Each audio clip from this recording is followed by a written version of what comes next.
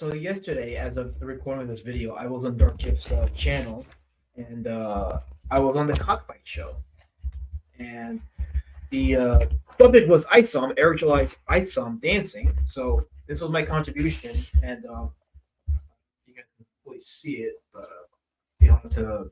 I don't want to mess with the camera a little bit because I got it out of a good position, but I guess I can just do this. So this was my drawing for ISOM, and this was the crack whore that's admiring him.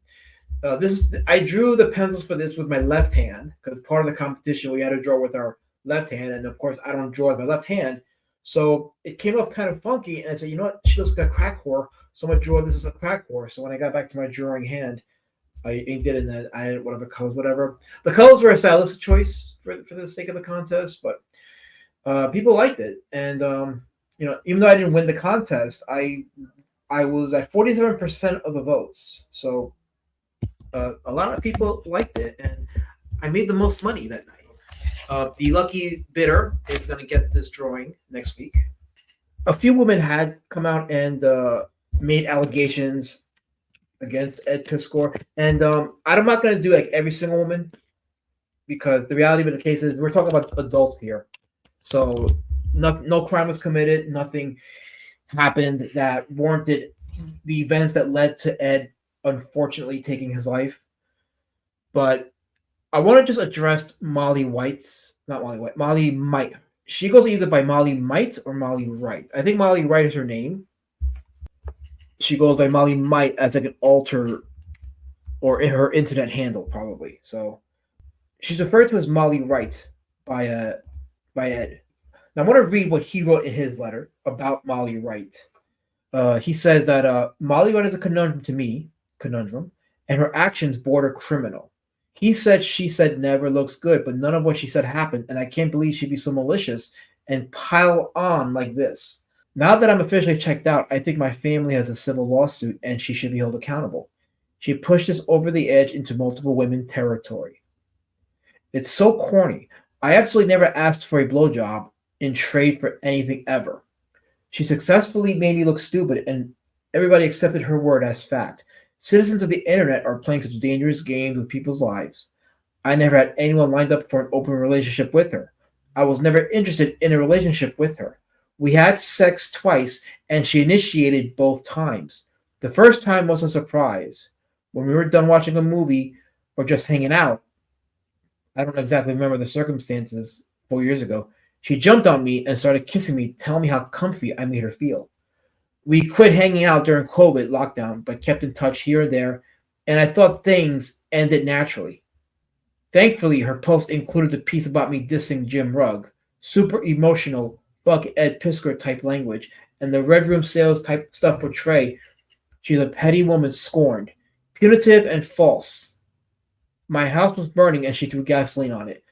There needs to be recourse from my loved ones. I'm dead. I don't have a reason to lie. Hold Molly Wright accountable, please. Reputation destruction is her form of aggression, and there are very real consequences. My lawyer is Harris Miller. Is it possible to subpoena all texts and DMs I had with her? I want to compare what Ed said with what Molly Might, or aka Molly Wright, said as far as her version of events. She says, this is what she said before. This is what Ed is saying led the whole pile on. And this is the woman that Ed Piskor posthumously said needs to be held accountable legally. She says, it's come to my attention that an experience I had in Pittsburgh is similar to several women's experiences regarding Ed Piskor. I reached out to Ed and he eagerly invited me over. We had plenty of fun and discussed animation and comics. Now, by the way, what does fun mean? We had plenty of fun. Anyway, this was until he asked me to suck his dick in exchange for his agent's number. But then he asked me to join him for an open relationship so that if I wanted to eat pussy, I'd be free to do so. I had recently learned that he was attempting to line up some of those girls at that time, and guess what?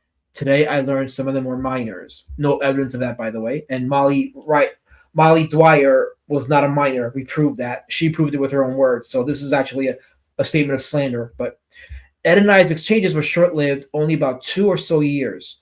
We would check on one another every couple of months. it was clear he had grown afraid of me. I've warned several people over the years about him.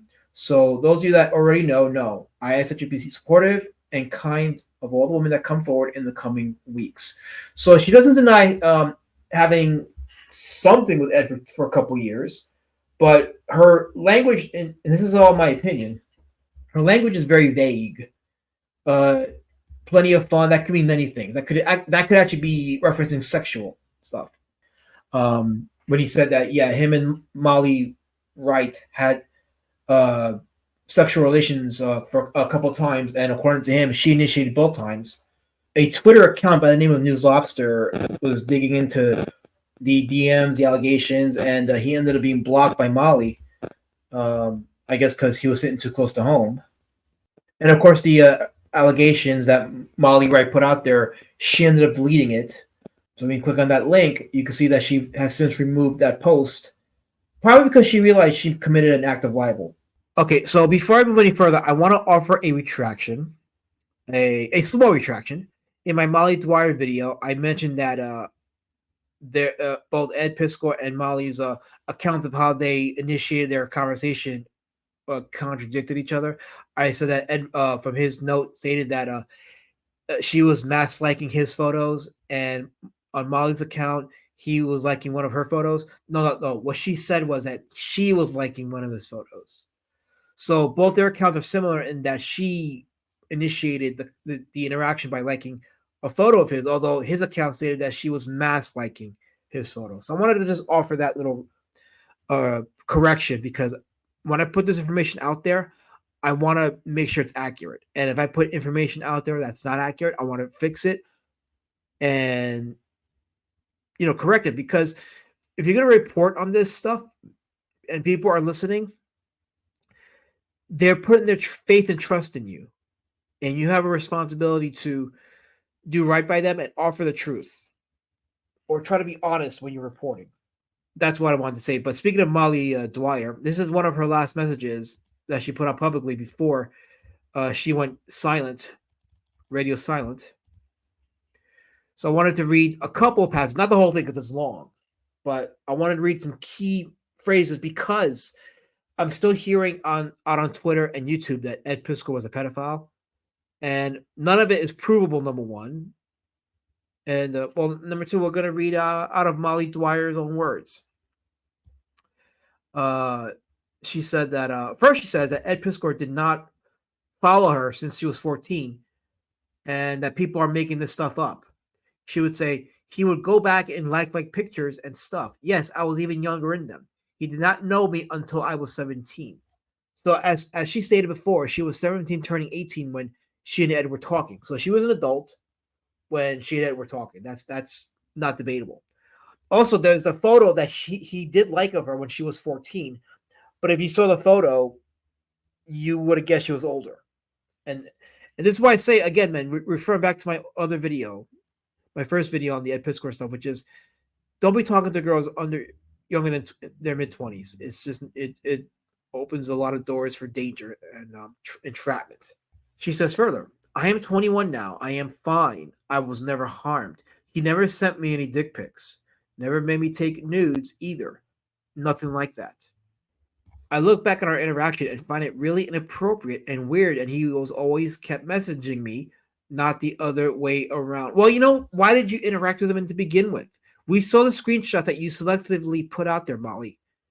You put out the screenshots, and the screenshots show that you were responding to him, you were engaging in conversation, and you were hearting, meaning you were liking the comments that were quote-unquote questionable.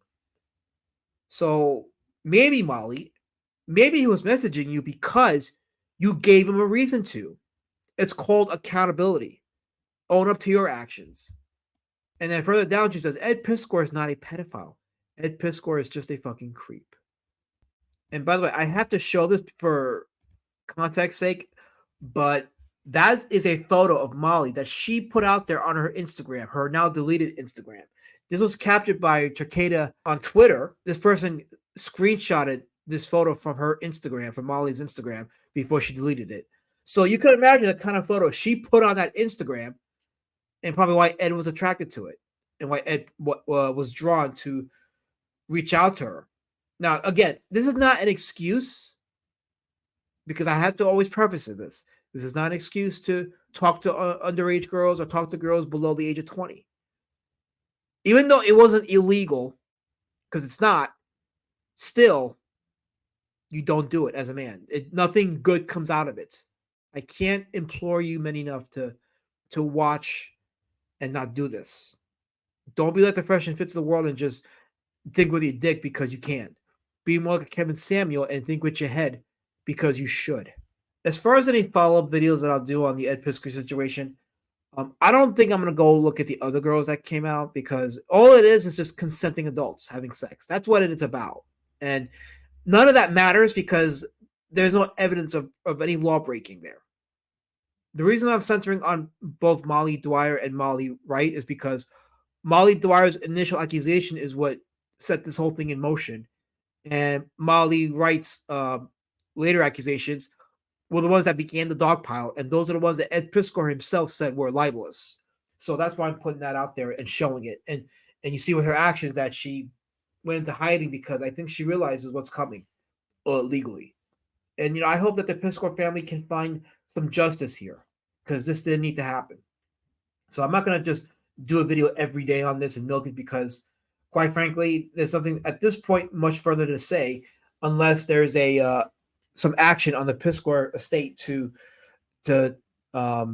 hold Molly Dwyer and Molly Wright accountable. And yes, I personally would think that at least Molly Wright, who initiated this whole thing, should at least face some kind of accountability. And I am not encouraging a mob rule at all. None of this cancel culture shit. So you heard it from me. I'm not encouraging that. I'm not encouraging harassment, stalking, none of that. Let the law handle it. Or if you want to go the public opinion route, don't give her any money until she rectifies it and takes accountability. Just don't. But then again, I can't tell you what to do, can I? I can't really tell you what to say or do. But all I can tell you is don't be like the cancel culture pigs of the leftist comic book industry and do what they do, and that's harass you to death. Don't be like the murderous vipers that they are. But today, Cartoonist Kayfabe uploaded a new video on their channel, and I watched it, and it's weird watching that video with what has happened since.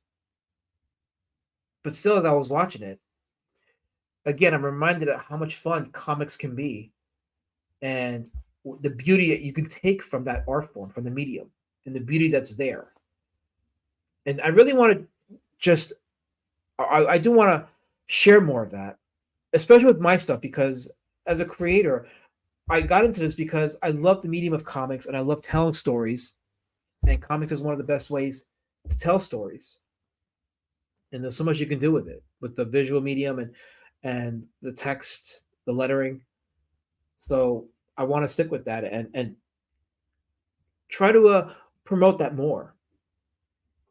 And give comic book fans, at least with me anyway, an option, not the option, but an option to the type of stuff that Cartoonist Kayfabe put out there. I may not be as good as they are, and I may not do what they do, but I can do my own thing, encourage the love of comics, the love of the medium, your love of comics, and help foster a community of people that just want that.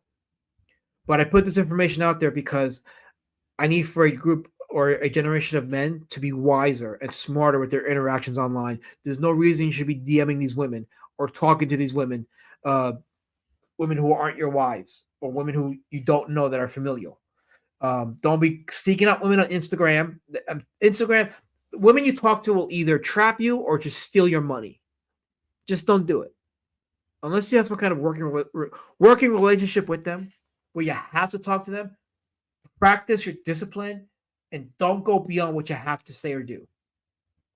That's all I can tell you. I said all I had to say in my first Ed Piskor video. So, but unless something new develops, this will probably be my last Ed Piskor video regarding this. Unless something happens, unless there's a new predicament or new development, something happens legally, and we'll talk about that because I think it's going to be an interesting circumstance if that happens. So until then, thank you guys for watching. I appreciate you. Hopefully, you learned from these videos that I've done, and hopefully, the people that are named will be accountable. I may do a future video on Alex DeCampi. We'll see. But until then, take care, and we'll talk soon, guys. Have a great rest of your day.